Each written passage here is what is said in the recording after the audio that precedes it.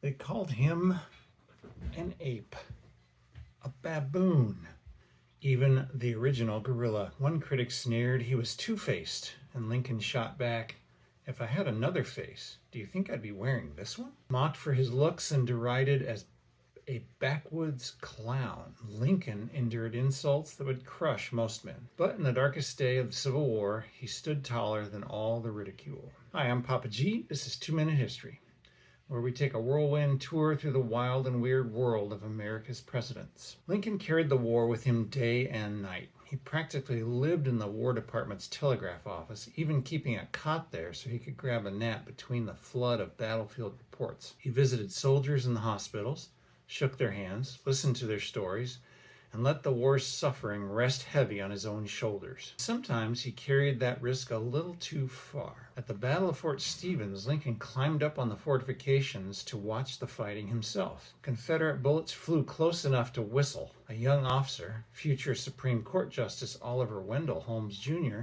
shouted at him, "Get down, you fool!" The President of the United States had nearly been shot on the front line. Through it all, Lincoln wore down one timid general after another until he found Ulysses S. Grant, the bulldog who fought until the job was finished. With Grant pounding in Virginia and Sherman cutting through Georgia, the Union finally saw the tide turn. But Lincoln's greatness wasn't just in winning the war. His second inaugural, with its call for malice toward none, charity for all, was a vision for healing a broken nation. He didn't live to carry it out, though. Weeks later, he was gunned down at Ford's Theater, the savior of the Union, turned its most famous martyr. Lincoln is remembered as one of America's greatest presidents because he did what seemed impossible. He held a country together while it was tearing itself apart and gave it a new birth of freedom.